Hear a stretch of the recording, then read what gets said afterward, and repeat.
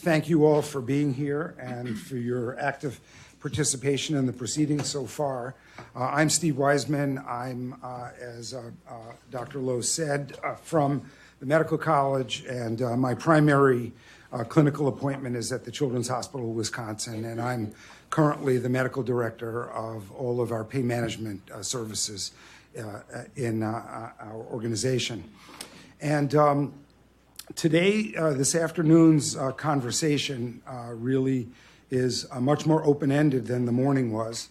And what we hope to overridingly accomplish is to have a conversation with the panelists here on some of the overlapping conditions and issues that are involved in opioid prescribing for acute pain management.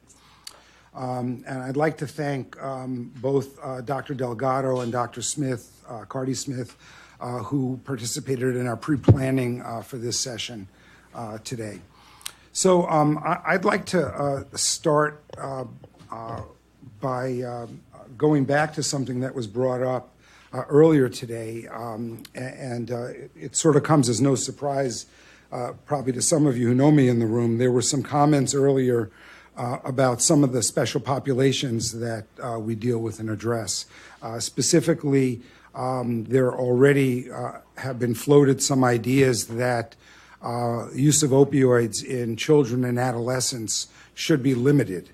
And so I'd like to throw that out as one of the first questions. I'd include in that, as often is, the other special population of patients who often can't speak for themselves. That would be the geriatric population, and what the panelists think about those two groups.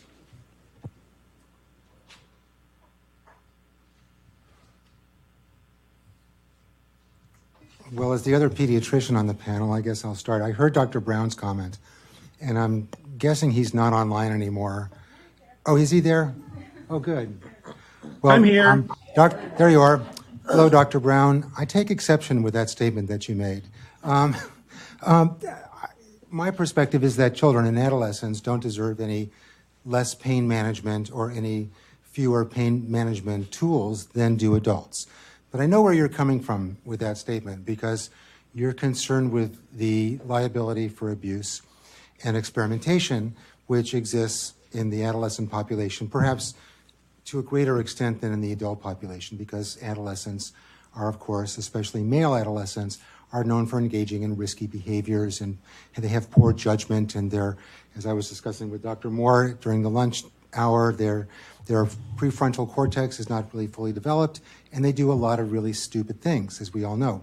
So the question really is, the questions really are, number one, how can we screen for adolescents who are more likely to engage in risky behaviors, experimentation, because we would like to monitor those more carefully, and number two, how do we monitor them?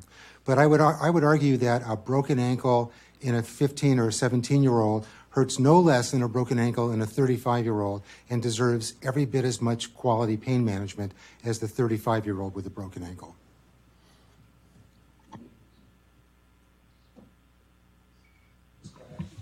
So I'm going to comment. Ooh, I'm sorry. Is that too loud? I'm going to comment from the other end of the spectrum in terms of care for older patients. I do think that, so I have 2 points that I'd like to bring up that were raised earlier and just now. The assessment can be more challenging in older patients. I think the assumption is that a lot of patients, older patients, may not have pain, but they do, and many of them have chronic pain. And if they have acute pain, it's interesting. I think the second point is the setting. So in the emergency department, we're often challenged to remember to treat pain, and especially with older patients where maybe they may have cognitive impairment, they may not advocate or really express pain in the traditional ways where we're expecting. So that assessment aspect is really critical, and really coming at this with different types of assessment and determining if someone has pain. I think when there were initially some studies that indicated concerns about risks of opioids in use in older patients, I was actually worried on the other end that now, okay, that means that we're never going to prescribe any opioids to older patients. But because of the fact that they do have pain, we do have to have specific guidelines and really how we assess, determine that they need it. And then I do think this is also setting specific.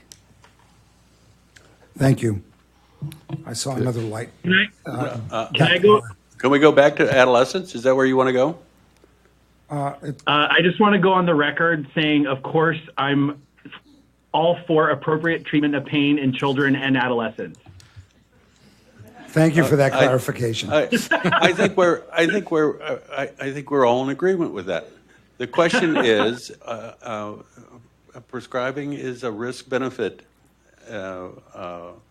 effort, and if you're going to prescribe to an adolescent, I think you should stop and find out whether they've ever taken an opioid before. Is this their first experience? And whether they have a history that really should give you some red flags about whether they are at higher risk than other populations. And so, because I'm the dentist and we take out wisdom teeth, we're really sensitive about adolescents and their first experience with opioids. And determining the risk is really hard. I showed 480 clinical trials, but clinical trials don't ever give you any information about potential for addiction or abuse. So I'm making recommendations that that's a special population that you need to counsel very carefully. But is really the question today, what are those risks so much as what are the conditions and the circumstances where we ought to think about using opioids for acute pain management? Because we've already had some of the panelists make comments in passing that people with a substance use disorder who come in with acute pain challenges need pain management and would still get probably exposure to the use of opioids if they were indicated for that particular medical or surgical event. But if you could avoid it because it's an elective procedure, would you avoid it in an adolescent? You mean avoid the procedure itself? Yes. Okay. Dr. Barth, you... Yeah, just with regard to the elderly, I think when frameworks are going to be put together for guidelines, I think that they should be considered, especially both sort of in a multivariate analysis that we did looking at factors that predicted how much patients use at home after surgery, and in a nice study that was done at Michigan, just recently published in JAMA Surgery, we both found that the older patients end up using less opioids. So I think that should be, it's good level, high level evidence that I think should be incorporated probably into guidelines. Thank you. Any other comments on this general subject? If not, some other questions really that I'd like us to begin a conversation over tie in, not so much looking at this as opioid use disorder patients, but people with chronic pain conditions who present with interceding acute medical issues or surgical issues. What are the considerations that we should bring to bear as we're thinking about making recommendations regarding that type of population? So I think a common teaching is that whatever medication they're getting for their chronic pain is kind of in the background and almost continued, but ignored vis-a-vis the treatment of their acute pain. So the treatment of their acute pain needs to be layered on top of whatever that is. And there's no sense in which that chronic pain management is going to treat this new acute pain. And if opioids are prescribed, to consider the person's level of tolerance to opioids. A 5 milligram oxycodone that would have a particular effect in somebody else would not have the same effect in somebody who's on long-term opioids every day. Yeah, I would just add that I think it's important to consider the communication and coordination of care between the acute provider and the chronic provider. So it's very common in elective surgery for a surgeon to say, I'm only going to treat your pain for 6 weeks, and then you have to go back to your chronic pain physician. But the communication between those two is often lacking, and the approach to managing acute and chronic pain between those two specialties is often quite different. I'll just add that I know of almost no evidence on this topic. And I'm not even sure there's much written by experts about this. I think we all know it's important, but I don't think you're going to find much to guide you on this. Mm-hmm. And that certainly may be true. Well, I'm sorry. Are there any other comments before I?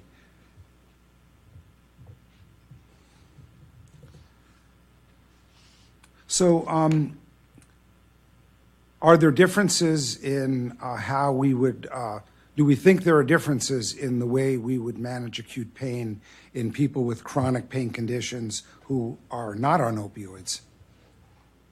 Because that's been our focus, really, is either the substance use disorder patients or people who haven't been classified as such, but nonetheless have chronic pain. Are they different, and do they need any other different approach to their management?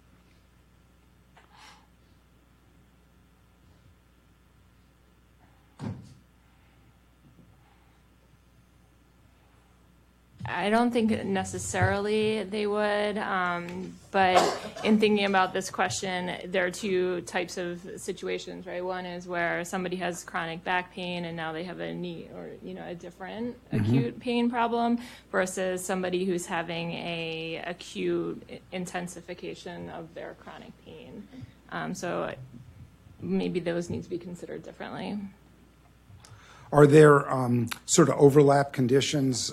This is thrown more at the surgeons, where the example that already was raised, I believe, in the first session are patients, for example, with chronic or recurring pancreatitis, where they may have surgical intervention, they may not. Are there any specific issues one could imagine with patients like that? I'm going to agree with Dr. Bozic as far as this goes. I think in terms of there's just really very little evidence in terms of how to manage these patients, and so a guideline then can be that you should end up recommending that the surgeon collaborate with the chronic pain, the patient the doctor who's taking care of their chronic pain issues. So that could be a guideline that you'd put out, and I think that certain institutions are doing that routinely for their patients who are having elective surgery. I know that that's something that I do in my own practice, and I think it, in the absence of really good understanding, to have surgeons do the right thing, just sort of recommending that collaboration, I think would probably be the best thing. Yeah, so the concept of collaboration, I find an interesting one, and it came up again earlier when we were talking about some of the examples of patients presenting to the emergency department. I know I'm kind of going out on a ledge in this, framing it this way, but culturally, we're all taught that one of the biggest goals of emergency room physicians is to get patients out of the emergency room. To say that with some degree of jest, the perception is that a lot of times that short course of opioids is prescribed as a means to move them out of the emergency room because they don't meet criteria for admission or they don't need surgery. And I've always wondered how much that contributes to then the shift in care to the primary care community, where the primary care providers see that the emergency room prescribed opioids, so they continue their opioid prescription. The same way, I might argue that if you shift care from the perioperative surgical environment to the primary care provider, they believe, well, Dr. Barth knows what's best, and he's been giving opioids, so I better continue giving opioids. And then you start having that patient shift out of the acute pain management period into now chronic/ongoing opioid use down the road. And I don't know how much people think that may play a factor in managing acute opioid use. As a primary care provider, I don't see that so much of a problem, that we would just continue prescribing what was done in the emergency room. But I do think, I'm sure to some extent, but I do think a issue with that is that the patient says, oh, well, I got the oxycodone and that helped me, right? Or that's the only thing that helped me. And then the patient wants to continue that because they were exposed to it. And it is possible that if they didn't actually need the oxycodone, they might have done well with an NSAID, that then it would reduce the chance that it would continue. Yeah, I'll add to that I think the same phenomenon exists with surgery, so that some of the qualitative research on this, when asked why physicians overprescribe opioids, is to cut down on phone calls and post-operative phone calls. And so you can, if you have to commit to having more resources available post-operatively and proactively reaching out and assessing pain and other signs of stress and distress in patients. But again, the knee-jerk and oftentimes the reason given for why did you give them 100 pills is it cuts down on phone calls. Yeah, was it so much, I've always thought phone calls rather than sometimes actually being patient advocates, because I think back, again, I guess we're, or at least I am very affected by personal examples. The time that, again, my wife had an orthopedic procedure, and the opioid that she was sent home on caused intense nausea and vomiting. So as soon as we got home, I called in to get her prescription changed, and the orthopedic resident who I spoke to, of course, said, oh, I'm not allowed to prescribe any opioids on the telephone, so you need to bring your wife back to the emergency room so that we can reassess her. And so to avoid that scenario, a lot of times people are writing excessive quantities. And so my question is, do any of the panelists think that as we change into various e-prescribing modes, using some of our electronic health record tools, that will facilitate all of us and a lot of practitioners to be able to give small prescriptions with the ability to refill them without inconveniencing patients and families? So I'm going to answer that last question and then go back and comment on something earlier. So speaking from the emergency department perspective, we don't write refills. So many of these patients will have follow-up. And one of the other things is we do know that the court, more so now, emergency clinicians are prescribing less, not long, prolonged periods of opioid analgesics. So I think this whole room probably knows, like, the longer the duration of the course, the greater the risk of prolonged use of the opioids. And so I think that question that you brought up earlier, now with these short courses coming out of the emergency department and then referral to the primary and then the primary continuing this, that's the question that needs to be studied, and the repercussions of what might happen with these guidelines and effects. And other questions along the lines of, well, will patients now turn to other types of analgesics? We mentioned earlier multimodal therapies, but also other non-opioid types of pharmacologics. So will we see an increased risk of NSAID or acetaminophen toxicity? So all of these things need to also be evaluated and considered as the guidelines are developed and studied.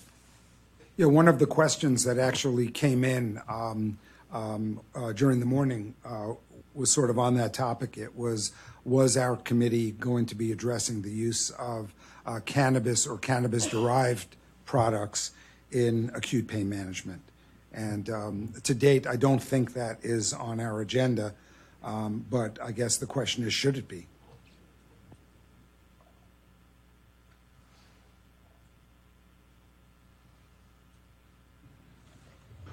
Really hard questions.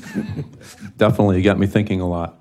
I think if the cannabis question doesn't appear on this agenda soon, if we go too far one way with the opioid pendulum, then it's going to appear on the agenda eventually because it'll start to be used as an alternative.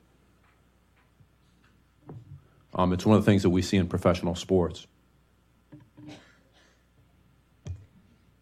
I agree. I think cannabis should be considered if that's not outside of the FDA mandate. But it is a potential non-pharmacologic option that exists out there. I just want to go back and say the issue about a surgeon, and I understand it's different in the emergency room, but the issue of a surgeon not wanting to be called or worrying about handling those follow-up calls and thus deciding to prescribe more than they otherwise would have should be improvable now that we have electronic prescribing, right, and more team-based care. So we should be able to implement a system where somebody, even if not the surgeon, but somebody on a team, calls the patient, who maybe only got a couple of pills. How are you doing? Do you need more? If so, maybe you can send a few more pills. There is one issue that immediately comes to mind with that, though, and that's copays. So, where I work in the Bronx, amount that a patient pays for a copay is prohibitive. And so having multiple small prescriptions can be problematic for that reason. In Canada and in a few states so far, it's legal for pharmacies to have partial fills. And that's probably a superior solution. It gets around the copay problem, which can be substantial for a lot of people. It doesn't solve the problem of individuals who want to misuse or divert, because obviously they'll keep going back to the pharmacy to get their partial fills. But for most of the population, I think that's a good solution, and I don't know if that's within the purview. It's really a DEA decision. It's not an FDA decision to do that. Thank you. One other comment that I might make, if I can, that gets back to the thing that Kevin brought up and another speaker brought up about the communication is one of the things that we're doing in orthopedics is trying to get down to that number of pills that we prescribe for the first prescription for given procedures. And that's again for the opioid naive patient. But the patients that are on chronic pain medicines and then need that same sort of care, well, there are some things that are obvious to us, like a certain procedure hurts a lot more than another one. Mm-hmm. If it's, one thing is provider-to-provider communication, but another thing is all of us as, because we come around to musculoskeletal medicine a lot in this thing here this morning, if all of us kind of get on the same page and say, well, these are the number of pills that would be prescribed after this procedure, and these would be the ones that are prescribed after this procedure, a person who's not familiar with musculoskeletal medicine and surgery the same way as we are could look and say, well, that one causes a lot of pain and that one causes a little bit of pain, so I don't have to give this person quite as much, because I'm thinking from the perspective of the chronic pain medicine provider who's taking care of chronic pain, not necessarily knowing how much to give for each of these different procedures. So it's another way of just kind of improving the transparency and the communication, and I think maybe facilitating some of those chronic pain patients not being overprescribed. Do you think, though, that that's realistic, that we could actually create as part of a guideline parameters that were that honed down and that specific to say that for a uncomplicated appendectomy, you get 4 doses of opioid. For a cholecystectomy, you get 6. Or again, a sprained ankle with a large hematoma, you get this many pills. Is that going to be a practical way to approach this? I think we can get closer than we are right now. What do other people think about that? Well, I think if you're strictly relying on high-quality evidence, I think it would be more difficult. I think if you're willing to go to a RAND UCLA appropriate use criteria type modified Delphi panel process where you get expert opinion to augment the evidence, then I think you're much more likely to achieve that goal. Thank you. Do any of the panelists think that there are advantages or disadvantages amongst the different opioids that are available for use for acute pain management?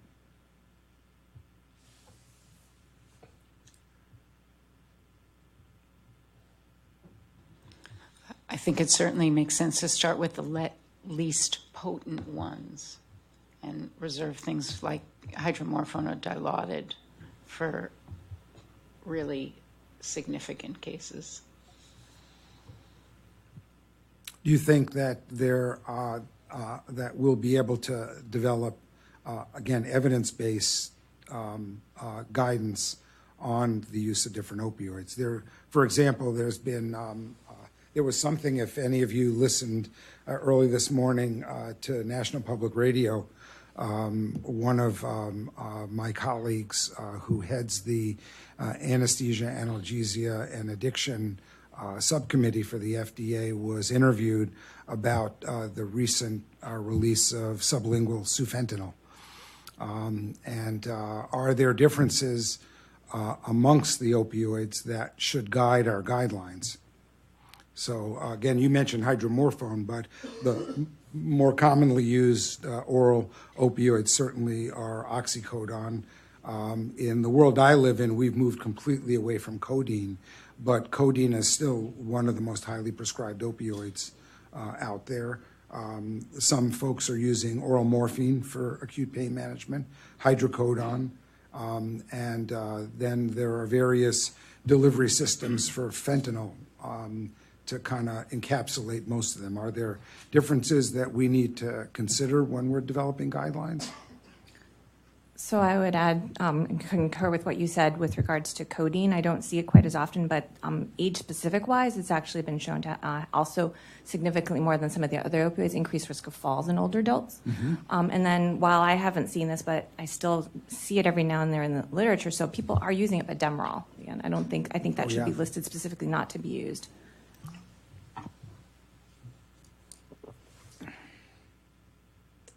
And just because you mentioned fentanyl, I think it probably almost never appropriate in an opioid-naive person with acute pain outside of the inpatient setting, emergency room. Why? Because it's so potent. Right. I guess I have a little bit of a bias that one of the first projects I ever was engaged in as I transitioned into the pain world was using transmucosal fentanyl for procedure pain in kids. I wasn't talking about procedure pain. I was talking about outpatient pain. Okay. And do folks think there might be a role for buprenorphine in the management of acute pain? That has become a somewhat popular topic. I think it's certainly worth further study. Our buprenorphine right now, as we know, they're transdermal, some formulations that are approved for pain, and then the sublingual formulation, depot, that's approved for addiction treatment, and really it's the same medication. It doesn't really make sense that pharmacologically the indications are different based on the delivery system. So I do think that we need to really consider buprenorphine for pain in other formulations, and it requires further study. I think, Steve, the answer to your question really revolves around what we're concerned about. So if we're here talking about substance use disorder and addictive risk, we need to know a lot more about which opioids carry the greatest risk of the euphoric high that individuals who are susceptible or vulnerable to substance use disorder get. And all the opioids are probably different. Each opioid is probably different from the other in terms of addictive potential. And I think the answer, we just don't know that. So in terms of, bupe, fentanyl, Dilaudid or whatever, that's an important question to answer, and I don't think the evidence exists right now for the committee to make a rational recommendation based on that. But that's an important question to ask, is what should the country standardize around for acute pain management? Yeah, as we shifted away from codeine and Demerol, for example, the shift was, in fact, toward oxycodone. And then because of the long-acting oxycodone challenges that became an epidemic, there is a sense now that we should back away from oxycodone. But I agree, I don't know that we have good hard evidence to support, although there is some, about the addictive potential of or the abuse potential of the different opioids. Yeah, and potency doesn't really enter into the question. Potency is just a number. Right. So if some substance is 5 times more potent than morphine, one would give 1/5 the dose. That doesn't, I think, reflect on a public health risk. I would just say one thing. I think that's true, except for the fact that people's behavior, we have some evidence that people's behavior is driven by pills and pill numbers. So that's the one nuance. So if you're going to have people sort of assume that I have a pain pill and this pill is the same as this other pill, then there I think the potencies are very important. And you want to make sure that an individual pain pill is the right aliquot, but not much larger an aliquot than is necessary. But presumably that sort of question, if I can call it a question, is somewhat answered by how drugs are manufactured and labeled for use based, hopefully, on the data that answers those questions. In other words, the size of an oxycodone pill is somewhat what's commercially available determined by its potency and its pharmacodynamic clinical effect. So that's kind of built into the approval process to a certain extent. Right, but if you line up all the pills, they're not necessarily of similar potency. So my point is only people, when they take the medication, the realities are I'm going to take a pill now. And so if you have pills of different potencies, the people don't necessarily have the sophistication. Gosh, this pill is very potent, so I'm only going to take it if I have severe pain. They're saying, I'm going to take a pain pill, so people's sophistication level isn't that much. So I think you have to be careful what the bottle of pills is that you give the patients. Not to belabor the point, but people are tremendously unsophisticated when it comes to what we send them home with, despite the fact that there's a lot of attempt at education.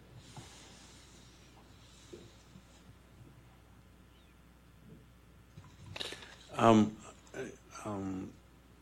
am struck by the fact that we're talking about fentanyl patches,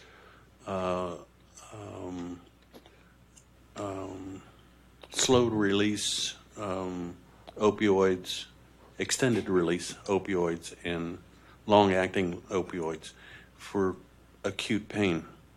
No, I don't think we are. Okay, so I'm certainly not suggesting that. Okay, Not at all. That wasn't what we were talking about. Not at all. Okay, We'll get into big trouble if we do that. it's a road we've been down before, I think.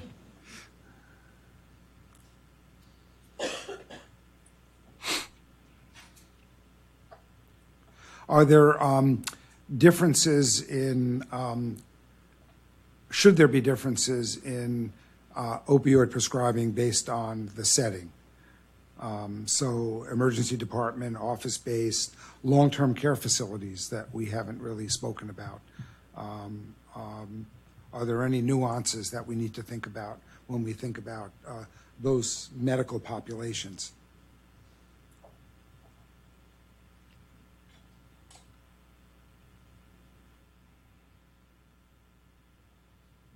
So I'm going to bring up what was brought up earlier. I do think there are differences in the settings, and I do think there are differences in approaches.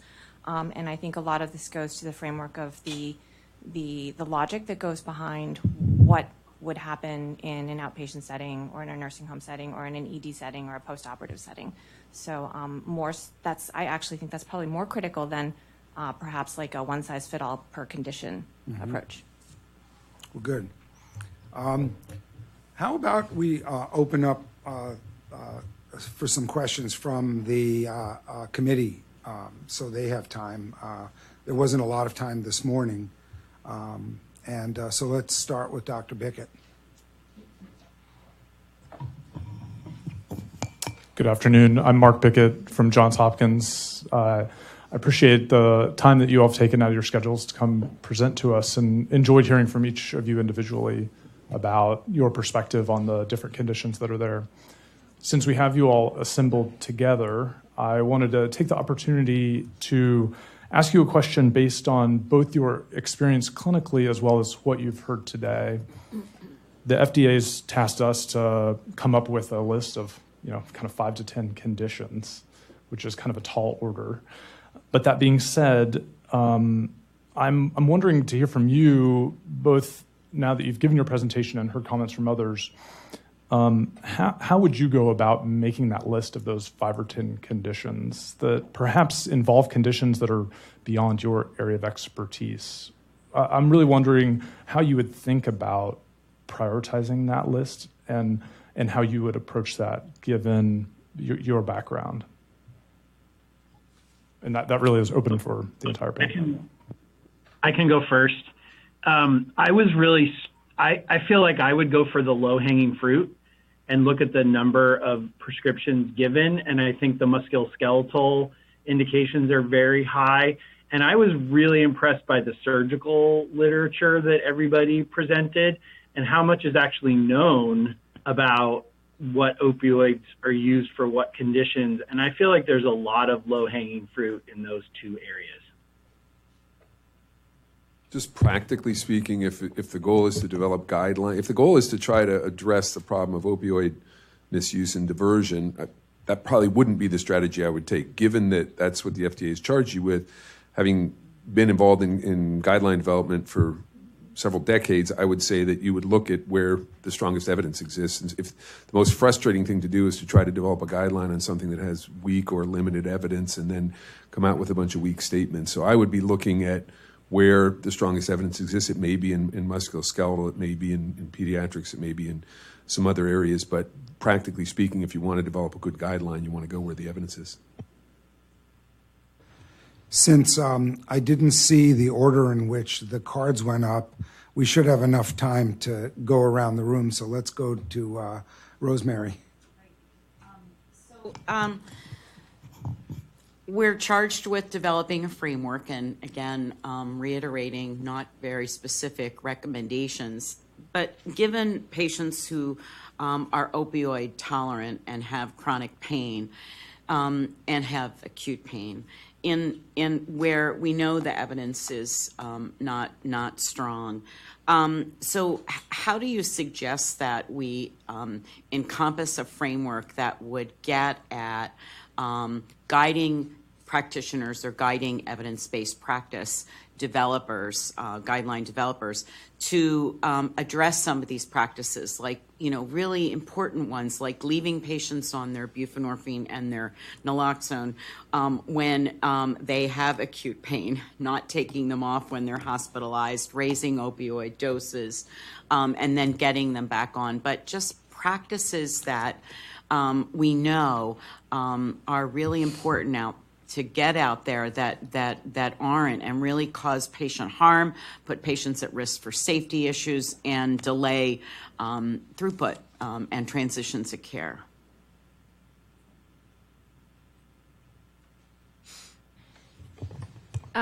Right. So there's not going to be a lot of evidence to do this in a specific way, as you point out. But I do think there are probably some principles, some guiding principles that could be put into a guideline, such as if somebody's on buprenorphine for their opioid use disorder, to try to leave it on, except in certain cases where the either a major surgery or very high pain needs.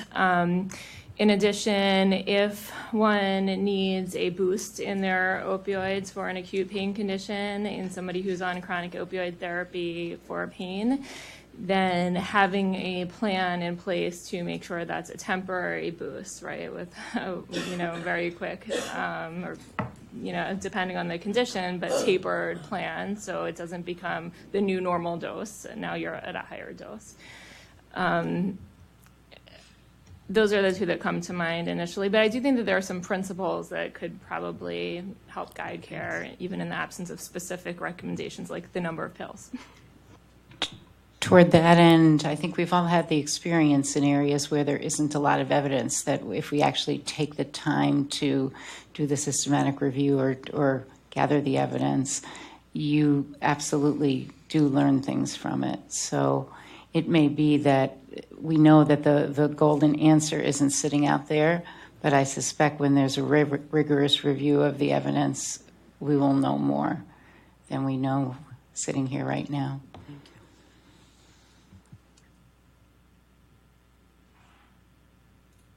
Okay.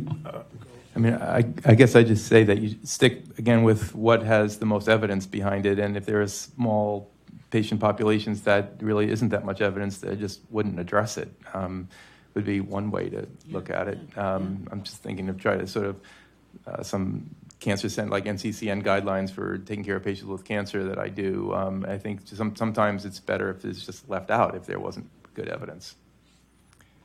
Thank you. Just a small comment about evidence in the guidelines and what we're ultimately trying to achieve. If we're only going to go where there's evidence, it might not be in the areas where there's the greatest impact or the most help for all of these problems. And I think that a lot of times we get very academic in our pursuits and we just go by the evidence and we grade them, and RCT, multiple RCTs, they all have to be going the same way. They have all these kind of meta-analyses to do that, but it's not going to change the care that that the FDA put up with their first couple slides. And so if it were a very purposeful strategy to address those exact numbers that he was talking about, it would go through something like what Kevin said, a RAND appropriateness methodology. And that all started because, RAND started it because we didn't have evidence, and so they got these experts together with best level evidence, which might have been terrible, but kind of marry those two things and then come up with what the strategies are. And I think that it's a very iterative approach, and it seems like from what everyone is saying here that we don't have the answer to opiates, and it would be an iterative approach. But starting off with best evidence that's available, married with expert opinion on the areas that are going to have impact, the most impact, would probably be a good way to start. Thank you. I can say that that's exactly what we did in Western New York. So I'm the chair of a large orthopedic practice and department. We have about 35 orthopedic surgeons and another 25 or 30 PAs. And there's 75 orthopedists in Western New York that are all very busy. And when we were sort of faced with this issue, we decided that we would all get together and we would take the most common orthopedic procedures and we'd get together in a room and we'd talk about what we prescribed, how many pills we prescribed, because the idea was to have less pills remaining in a bottle when they were done managing their pain. And we all went around the room, divided up by subspecialty, and said, how many pills do you prescribe after a rotator cuff repair? And one person says 60, and one person says 20, and one person says 40. And everybody says, well, are you willing to try 20 for a while? And yeah, so we write that down, and we went through 72 orthopedic procedures that way. And we did it more than a year ago. And now I just asked my secretary to, we did this in the absence of a research project because I didn't feel like we had time. So I asked my secretary to ping all the people that were at that meeting or participated in that, and I got back about a third of the responses, but it changed everybody's practice. So everybody's now following those standards, and we have prescribing standards that are not evidence-based. They're expert opinion-based, and they're based on what's worked for other people in the room, but we implemented it, and it has to be working because they're prescribing fewer pills now. Nick? Nicholas Karras, University of South Florida. I really appreciated your comment, Dr. Bisson, earlier about we can do better than we're doing now in terms of number of tablets, and avoiding remaining tablets does seem to be very important for what we've all discussed, including FDA today, but that just indication doesn't appear to be enough to get as close as we might hope. And I believe part of our charge is to make recommendations on what new evidence should be gathered. And so some of the things in addition to indication, which I've jotted down as important in terms of determining the right number of tablets for a patient. So this is what I've jotted down so far, and I want to try and build this list and kind of develop this thought. Age, drug interactions, pharmacogenomics, duration of procedure, specifics of the procedure, open versus minimally invasive, even with genomics, not just pain tolerance, but also, stuff like CYP2D6, are they an ultra-rapid metabolizer? Do we need to pick a different drug? So I'm trying to build out, even if we just call them candidate variables, things that we might explore and try and get as big of a list of these variables which you might think help us pick a number of tablets for Mr. Jones. So in musculoskeletal medicine, you can put in repair versus removal versus reconstruction, because those would be things that would immediately come to our mind as being ones that would influence the amount of pain that they have. Somebody that has just a piece of meniscus removed, and that gets into minimally invasive versus open. But if you're simply taking something out and it's not deep within a body cavity and necessitating extensive dissection, that's going to be less painful than if you're repairing something, especially a musculotendinous structure, or doing some type of a reconstruction, or any type of bony work that you have to do, osteotomies, that type of thing. So those would be ones that I would just immediately put into or add onto your list. I would agree that another advantage of developing guidelines is identifying gaps in the literature. And so the two areas that come to mind for me are the impact of the regulatory environment on prescribing patterns. So it was brought up earlier about e-prescribing.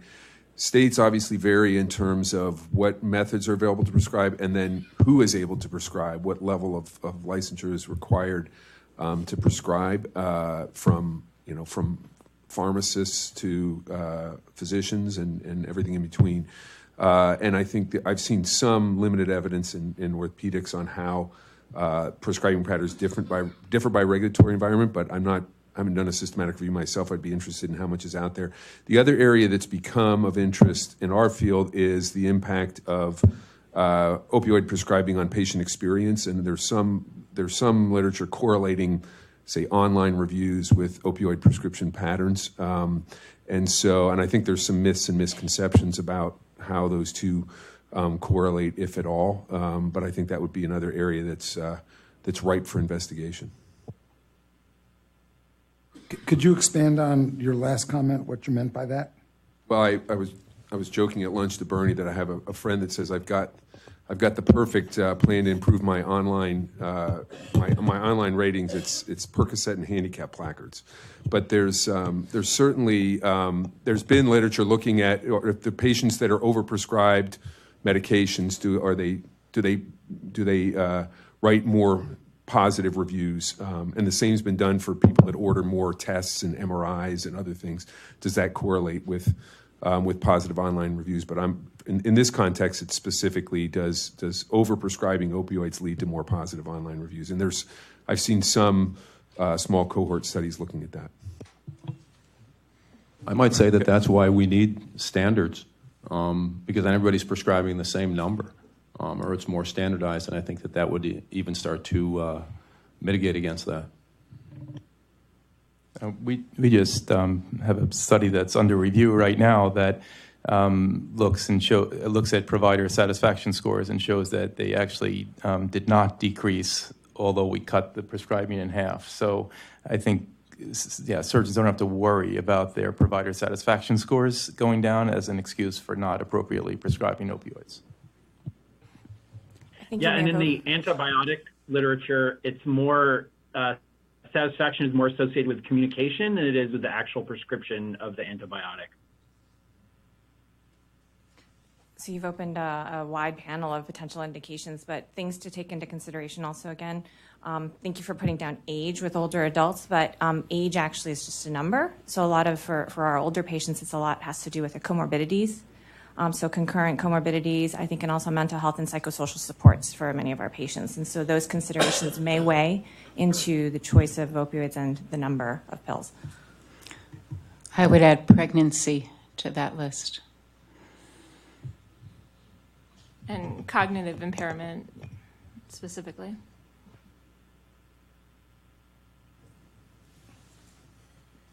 How do you feel that cognitive impairment plays a role? I'm just curious. Yeah, it could be any age, right? But sometimes we're talking about older adults with cognitive impairment may not remember, for example, when they took the last medication, and may take another one, may have more trouble tracking their use of the medications. And cognitive impairment is a huge predictor of delirium, whether we do nothing to them or something and give them opiates, and there's going to be potentially downstream effects.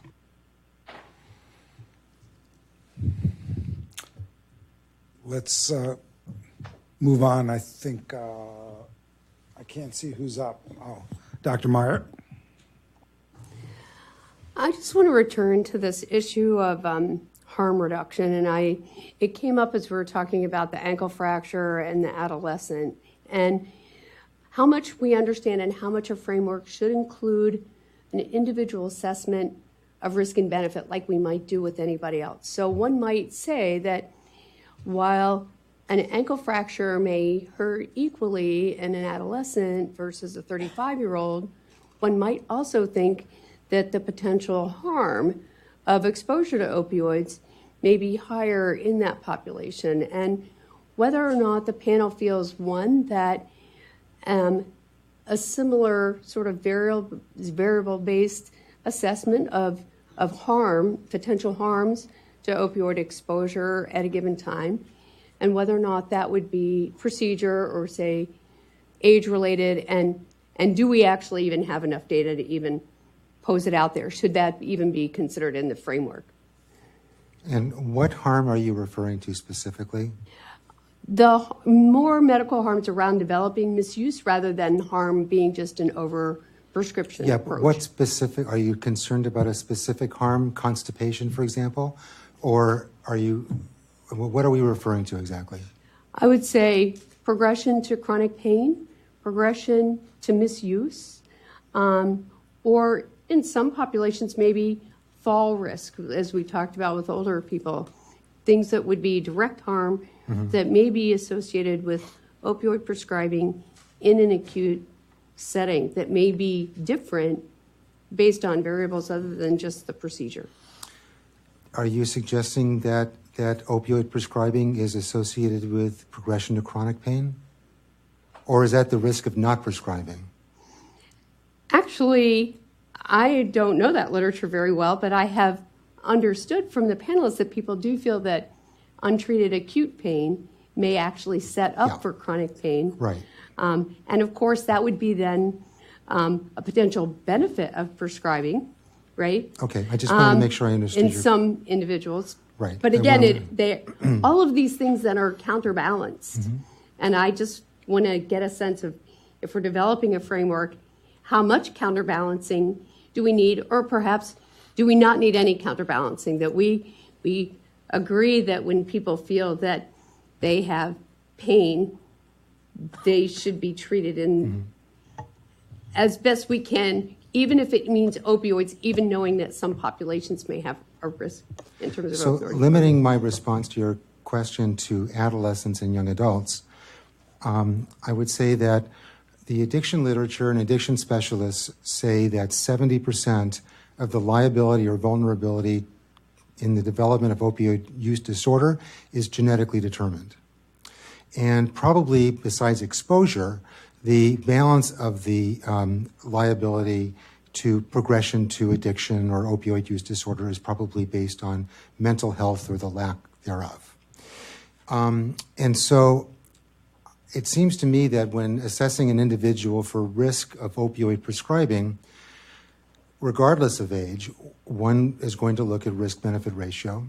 And, for example, does the individual have a risk of delirium/falls/constipation/apnea? And that's going to change prescribing. But also in that risk category is a family history of opioid use disorder, a personal history of risky behavior, substance abuse, a risk of schizophrenia, or a history of schizophrenia, depression, anxiety, PTSD, sexual or physical abuse as a child.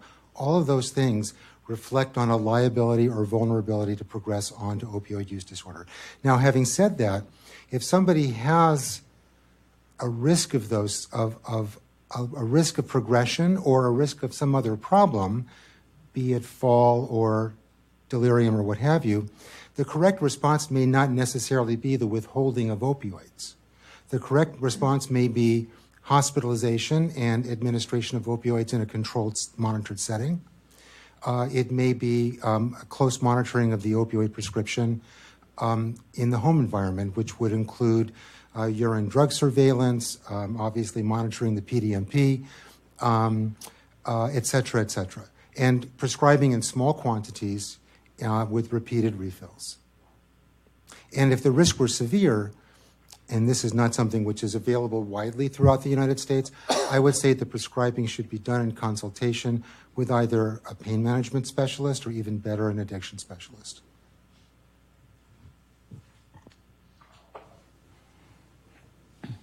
And for me, one of the areas that remains largely unknown may parallel some of the data that are there on cannabis use in teenagers. That is to say that if you look at regular cannabis use in the adolescent years, those kids as young adults have a significantly higher risk of developing psychiatric disorders. And we don't know if there's some pre-selection, if you will, that those who are destined to have psychiatric disorders choose to use cannabis when they're in their more developmental ages. But we don't have that parallel literature per se in adolescents in regard to opioids. And I wonder if there are even parallels there to the folks who are much older, who are cognitively impaired or developing at various stages of developing dementia. Do we know what those sorts of effects are on them in terms of the side effects, including opioid use disorder from exposure to opioid? And I don't know that we know that we have access to that in a data-driven way.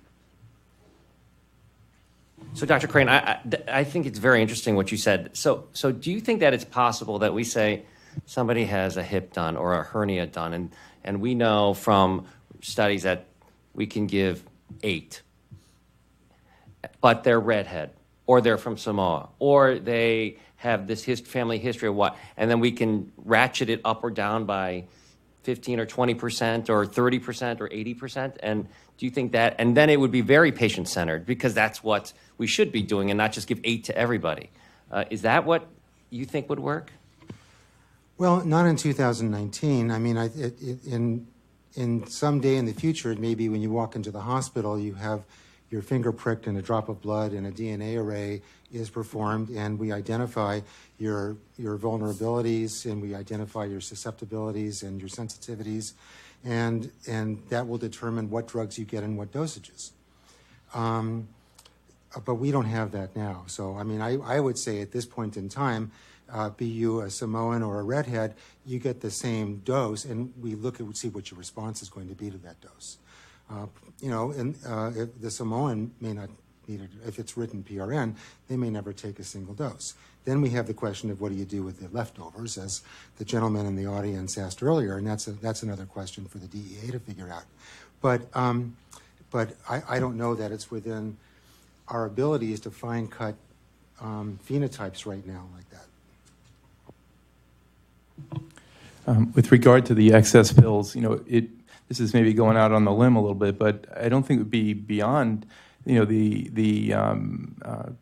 a guideline to say that if you're going to prescribe opioids, as a physician, you should also be responsible for what is done with the excess pills, so that you should feel that you need to, at least when you see the patient back in the office as the surgeons, that you need to ask them about what they did with the excess pills. You need to encourage them to dispose of them in an FDA-compliant manner, et cetera. And I think I don't see a big problem with requiring that of prescribers. Or pharmacies, taking them back. There is a service, and we've started using it in our pain clinic, that patients are given mailers. These are DEA-approved mailers, and the excess pills are put in the mailers, and they're sent to some address, to some warehouse somewhere, and God only knows what happens to the pills once they get there. If that is to say, if they're not purloined in the process of being delivered by our mail deliverers. But there is a method to do that, and there are also secure drop boxes that are purchasable and then periodically emptied by the service that rents those things, sort of like paper shreds. So there are methods, and I think, more to your point, I think that the institutions in which we work have it incumbent upon them to be partners in solving this problem. Let's move on. Roger. Hi, Roger Chow, OHSU.